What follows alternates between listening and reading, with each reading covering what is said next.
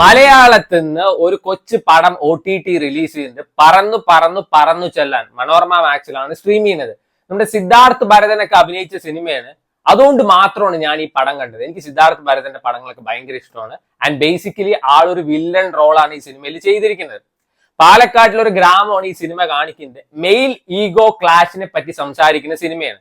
അത് പറഞ്ഞിട്ട് ഒരിക്കലും അയ്യപ്പനും കോശിയും അതേപോലെ മഹേഷിന്റെ പ്രതികാരം ഒന്നും പ്രതീക്ഷിക്കരുത്. ഇത് കൊച്ചു പടം.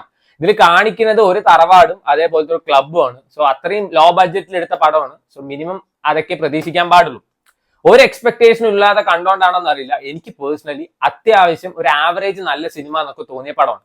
പീക്ക് പടം എന്നും പറയില്ല, അതേപോലെ ഏറ്റവും വേസ്റ്റ് പടം എന്നും പറയില്ല, ഒരു സോ പടം എന്നൊക്കെ നമ്മൾ പറയില്ല, അങ്ങനത്തെ ഒരു സിനിമ. ഇതിൽ ഉണ്ണി ലാലു ആളാണ് നായകനായിട്ട് അഭിനയിച്ചിരിക്കുന്നത്. ഈ സിനിമ തുടങ്ങുന്ന സമയത്ത് ഈ പൊറാട്ട് നാടകവും അതേപോലെ തന്നെ മറ്റേ ബൊമ്മയും വെച്ചിട്ടുള്ള പരിപാടിയൊക്കെ കാണിക്കുന്നുണ്ട്. അവിടുന്ന് ഒരു റൊമാൻസ് ഉണ്ട് ഈ നായകന്റെയും നായികയുടെയും. അത് ഭയങ്കര വെറുപ്പിക്കലായിരുന്നു, ഓഞ്ഞ റൊമാൻസ് ആയിരുന്നു എന്ന് വേണമെങ്കിൽ പറയാം. വൺ സിദ്ധാർത്ഥ് ഭരതൻ വന്നു കഴിഞ്ഞപ്പോൾ പടം വേറെ ലെവലാണ്.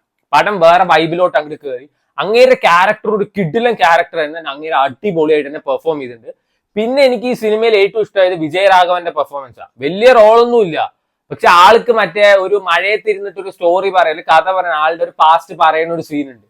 അങ്ങേര് പേട്ടയായിരുന്നു കേട്ടോ. അത് നല്ലൊരു ഫീൽ തരുന്ന ഒരു മൊമെന്റ് ആയിരുന്നു.